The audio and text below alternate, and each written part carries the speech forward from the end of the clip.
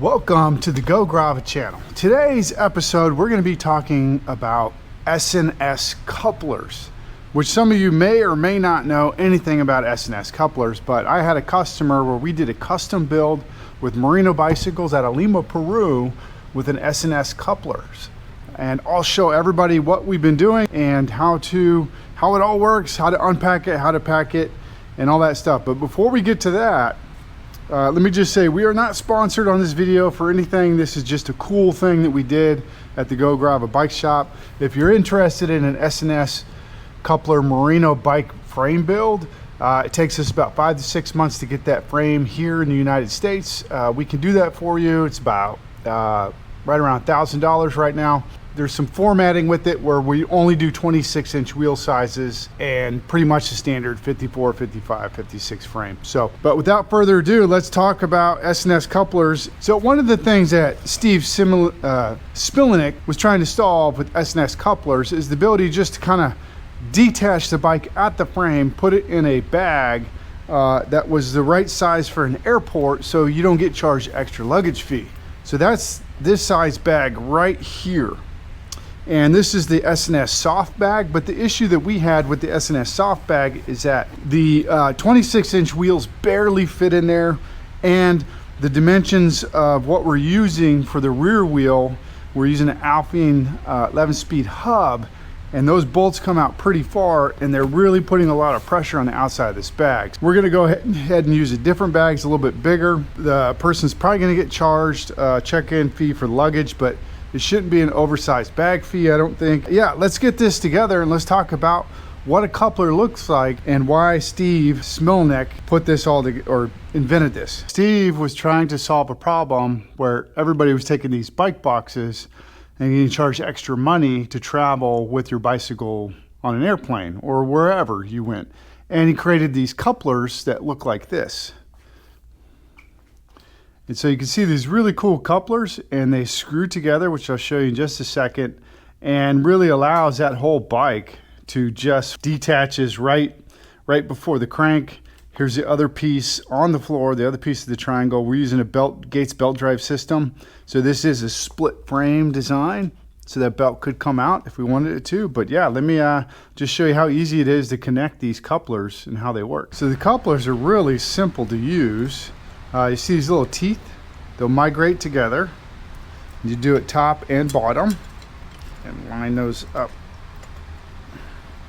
top or bottom, however you can get it to work. And this is machined out of stainless steel, and pretty much you slide the coupler over the top. I mean, again, this is just super easy. These are made out of stainless steel. They really do a great job of holding the bike together. The stainless steel is welded into this chromoly frame, and then you have what's known as a coupler wrench, which is right here. And you're gonna use that coupler wrench, this side, coupler wrench to just tighten that down. Not terribly tight, but nice and snug on both sides. And voila, just like that, you now have a bicycle frame. This coupler wrench is really neat. You can buy it on the S&S website. Same thing with the wraps I'm gonna use, same thing with some of the bags. I did get a different bag from Rhino Walk, which is just a little bit larger, so we can fit our front and rear racks on the bicycle. Again, that really small soft case that S&S has probably doesn't work well for 26-inch wheels, probably need 20-inch wheels. And then we got to throw racks in there. It gets really hard to put all that stuff into the same compartment. But we are going to use a bigger bag, and I'm going to go through that, how to set that up. But yeah, you just need a few tools to take with you, which is the S&S coupler wrench. Right here, we use this small side for this small coupler, and then it also has a little piece right here for a bolt to take the back wheels off. And I'll show you how simple it is with the Gates belt drive system on the Alfine 11 hub, how to really disassemble and assemble everything. So let me get this bike put back together, and then I'll just walk through like some of the things we have, like the Ritchey quick disconnects and stuff, how quick it is to take it apart, how we pack it up, and then we'll put it back together. Okay, the bike is now all put together. Here we have our Grava and Marino branded frame with our S&S couplers. And let me walk through it real quick and just kind of show you the tools you need to disassemble this bicycle. Building this bicycle is a hell of a lot harder than actually disassembling it and taking it with you to travel. So what we have off the bike, I didn't put these back on, but you have a rear and front bicycle rack. What you need to remove those is basically just a 4mm hex wrench. So 4mm hex wrench, get those off. Then, like I said before, we have our S&S coupler tool. This also, the pedals are off this bike, but this also works as a pedal wrench. Along with taking the rear bolts off the back end here for the back wheel, we can fit this on as a pedal wrench, which is a really cool device. So we not only use it for the couplers, but the pedals and the back wheel removal. Now let's take a look at the design real quick and some of the things that are going to make this easy for us to disassemble. So with this Marino frame, we have this this cutout here for the belt, right here on the frame. And then down here, we actually have what we use to position the dropouts to make sure the belt is aligned perfectly every time. So the person who travels with this bike only has to remove the bolts and put them back in the right spot, and the belt will be perfectly aligned every time. And then on the other side over here, we have this cool little kickstand we got from Sweden. So see how it sweeps up and back and bypasses the wheel? So we go ahead and move that down and it actuates out of the way of the tire, and we have a center kickstand, which our customer wanted. Put that back up. That'll stay on the bicycle. The other parts are our Ritchey quick disconnects that we have on both sides. So this is for the shifter on our Alfine Hub. And then we have one on the other side, which is just for our rear brakes. Those will detach, and that was what completely separates the bike right here between this point, and the Ritchey quick disconnect. The other thing, we have a quick release on the front wheel, easy to do. And then we're just gonna take our handlebar, our stem off, the stem adjuster, and then probably take our seat off. That's all we got to do to disassemble this bike. All right, first things first, Ritchey quick disconnects. You're just going to unscrew this. They're super simple to use. Same thing for the brake on the other side. Unscrew that. Boom, it's apart. Next up is removing this little bolt here that fits into our Shimano Alfine hub system. Just pull this, and then this kind of just comes out since it's a rectangle here. So I use a little bit of help. Pop it out just like that. And there is one little guide right here that shifter's got to go on. And here's our guide for our cable right here for the Alfine hub, and this just pulls out this way and down. So you just pull it out that way. Pretty easy. Cable's up here. Then we're going to take this back wheel off. So the back wheel basically has two nuts on them with little washers that have guides on them. So blue for right, green for left, and we just loosen those so we can drop the wheel out now. Then using our tool, it's a small tool, but you just got to loosen it a bit off the wheel. Be able to pull that washer out when we get to the other side, like that, and hold the wheel because it's going to drop. Pull our belt off the end, and the wheel's off. Next part's optional, but you get a 5mm hex, unscrew our FSA. We can point our pedals in the same direction, so we'll just remove cap here for the crank arm. And again, this only has to be 1.5 Newton meters of torque, so we don't really need to strip that cap down. See, it says 1.5 Newton meters. We can take this crank arm off if we want, and then put it back on so it's facing the same way. And then we just tighten the cap back down to hold it on for transport, and that'll make it easier, free up some room, so we can kind of like zip tie the crank arms if we want. So here we need a 3 for the seat. It would be better if it was a 4, so we only had to carry a 4 or 5. Pull the seat out, maybe mark it like I did here over your seat height. Seat's out. Next up, we're just going to take our handlebars off and the stem off. This one requires a 6. Again, we probably want this to be a 5, but this is how it came. I would just hand tighten that down, your stem cap. If you were going to take the actual stem riser off, you'd need a 5 for that, but we're just going to leave the stem riser on and loosen up our stem. The stem comes off, and just like that, that gets out of the way so we can fold it up with the bike. And everybody probably understands how the quick release works for the front tire off. And we got our last part, which is going to be the couplers. All right, last part with the couplers. Just get them loose with the coupler wrench, and then you should be able to just by hand, while you're holding the back end here, just loosen up the couplers. I kind of do them in unison, a little bit here, a little bit there, and bam, we now have a disconnected frame. Look at that, everybody. The bike's split in two. So next up, we just use these frame wraps. You can cut them customizable to your size. They have like a fuzzy side on one side and Velcro on the other. And this Velcro, as you wrap it, attaches to the opposite side. For simplicity's sake, I normally just start up here near the crank. And we're just using this to protect the frame itself and the couplers during transport, because we all know how bad it is transporting bikes at times. Just overlap this, wrap this around your bars.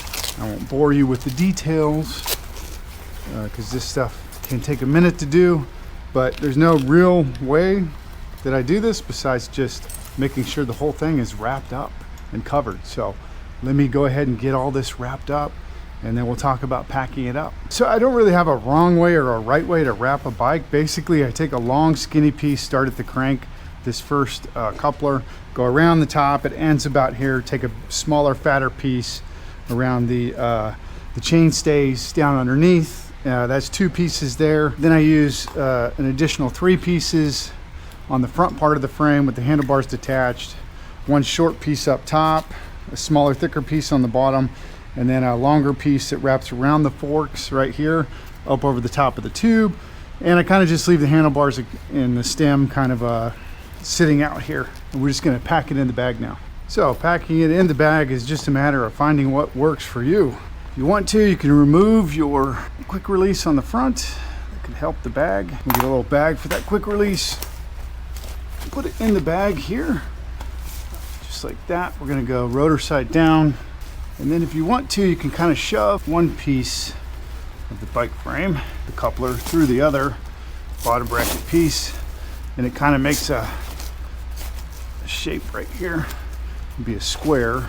You roll these handlebars over the top, and again, you just got to find what works for you. Yep, so this is the bottom here. So we have the wheels right here at the bottom when we set it down, and then our headset and stuff is up top. We're still within the limits. We're fine there. And then finding a spot to put your hub, which we're just going to kind of shove right here. Get that all around the top, and as you get it there, you kind of wiggle it around, but front wheel at the bottom, frame, put the top part of the frame through the rear here on the back end of the frame. You'll have some room to adjust your handlebars, and then it's just fitting in your bike rack. Again, we're just finding spots here. We can say, okay, the bike rack will fit front rack, slide it in there, and then you find a plastic bag for all your tools that you'll need, your pedals, your quick release, put those in a bag. And when you're out and about, you're just going to cover this up. And of course, we can put more things in here. This bag has more room than the S&S soft bag. So with our bags, the S&S bag is significantly smaller than this Rhino Walk bag that I got. Not much we can do here if we want to get our racks and stuff in. As I pack this bag, everything's pretty loose in here, so when you're traveling and stuff, you're gonna have to decide, you know, what sort of strapping or extra material you'd want to use for your bicycle in this bag to help secure it better, so it's not just all kind of shifting and migrating around. Some things you can get from like Home Depot or anywhere is you can get Velcro straps. So as you get your piece and item in your bag, you can Velcro strap it together. This is just me showing you an example of how you could fit it into your bag, but this is going to take a decent amount of time getting it kind of all positioned in there the way you want it and centered, and then using a bunch of Velcro straps to kind of strap the whole piece together. And then you have plenty of room then to fit your pannier bags, maybe some extra clothes and stuff in this bag, and then you can check it into the airport. If we had 20-inch wheels, we might have been able to fit this and a S&S Coupler Bike. We might have been able to fit it in this smaller S&S foldable bag, which had been checked in as free luggage. But in this case, with 26-inch wheels and the Alfine Hub, much more difficult to get the racks and the bike all in one piece. But like I said, I don't think there's any specific way you do this, putting this thing together. You just got to kind of find what works for you. Maybe get some extra straps and strap it all together. So when you get to your destination, how do you put all of this back together. To get it all back together, let's just say we're operating, you know, in a hotel room, or you're in the lobby of the airport somewhere. You're just gonna kind of take everything apart, find a nice little space somewhere, get everything apart. Now, not having a bike stand is gonna probably have an extra suck factor. We're just gonna take all of our straps off, and then we just roll all these back up because they're gonna stick to itself. So you roll them up like this. So roll each one up. So let me go ahead and do all that. So with everything packed up, this is the Rhino bag folded down. Now you can get this stuff a lot tighter when you take your time in your hotel room to really pack these tight. But this is going to take up probably half to 3/4 of one of your pannier bags as your packing material. The great news is that when you finish your cycling tour and want to come home, you still have all your packing material. You didn't have a big cardboard box you had to throw away, or had to find another cardboard box from a bike shop to pack up your bike. So on the floor, we're just going to reassemble our bike right now. So we just hand tighten it down on the floor. Get our coupler wrench. Doesn't have to be crazy tight, just tight enough. It won't fall off during packing. I mean, not ideal on the hotel room floor, but it's just totally doable. Fix the alignment once the bike's all. So I want to get the seat and the handlebars on, and then put the wheels on. Put it upside down, put the wheels, flip it upside down. Much easier to work this way. If you're on a hotel room floor, this is the trickiest part, which is getting this Alfine system back on. It's tricky, but it's not tricky. Right here, we're looking for this. Be forward, and then pull these little locking washers out with the locking tab down, and then we're gonna just navigate the brake system and then the notches. And you may have to pull the frame, just stretch it a little bit to get this down in where you want it. Just like that. Push those washers in, and you just need a lot of patience in this part here. It's a lot of wiggle, little wiggle. Hand tighten these down is what I do. Crazy tight yet. Pull this through. Don't touch your Ritchey stuff back here yet. You don't want to do the disc quick connects until after you get to. Again, we put this through and we're going to slide it in. It's just sliding in. You're not punching it out. You just slide it in and out. And I don't connect the Ritchey connector here. We just move this up so we have some flexibility.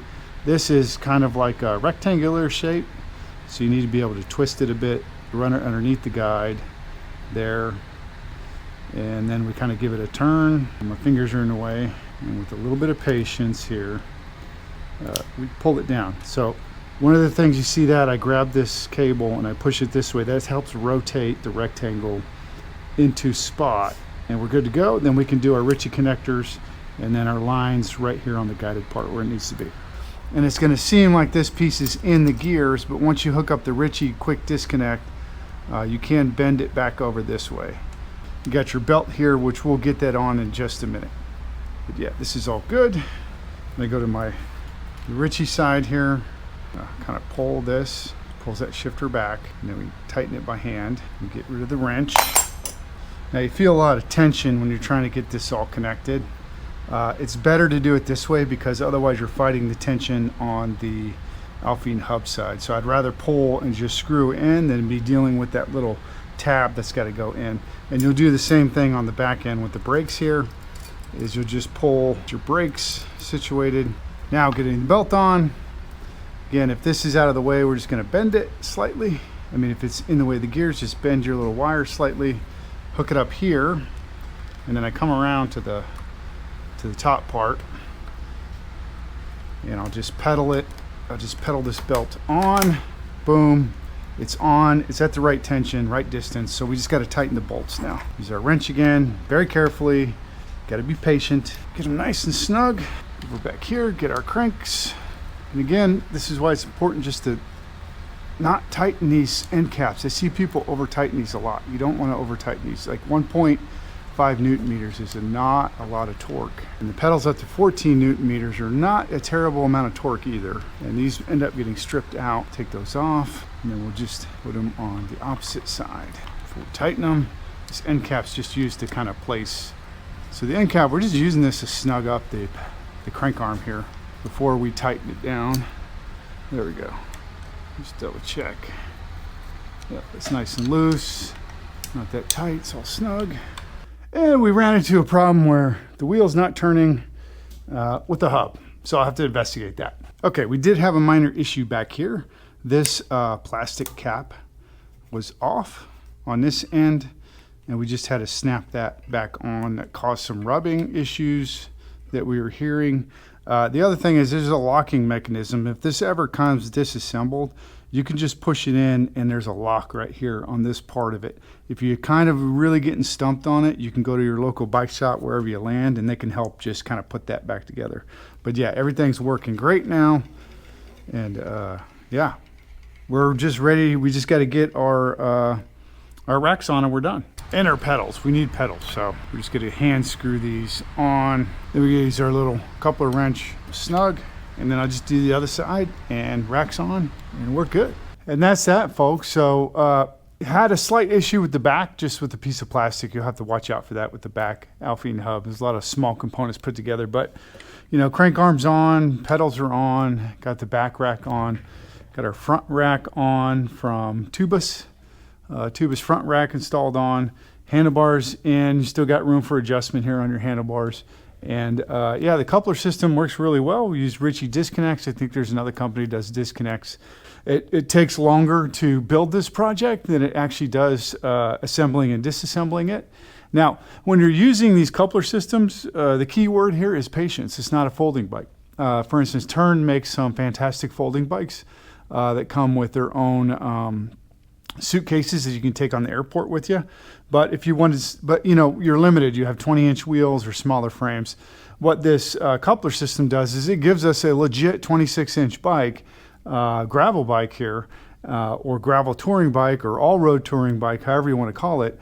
And with your front racks and your back racks, room for panniers and stuff. Yeah, it just takes patience when you're setting it up. You got to take your time, and like I said, don't over torque things, and just pay attention. Rewind the video if you're doing this yourself. Just go back and pause it in certain areas. I think I hit all the key points. Putting racks on is pretty simple. This is how the front rack looks right here. If you're going over the top, you're in the wrong spot. And this is how the back rack looks. So everybody should be pretty easy doing the front and back racks. And then yeah, enjoy your traveling, enjoy your riding. If you do want to help Go Grava, you can support and sponsor the channel by hitting the like button or the subscribe button. You can give us a super like or super thanks for $1, $2, $10, whatever you want. Or you can go to the website, gograva.com. Look on brand. Under brand, I have a bunch of different t-shirt designs that you can actually order something and have it shipped to you. So yeah, this is a coupler design. If somebody's actually interested in doing this, it's 5 to 6 month build time, $1,000, $999, $1,000 for the frame alone to get this done. And we'll throw in the coupler wrench with the purchase.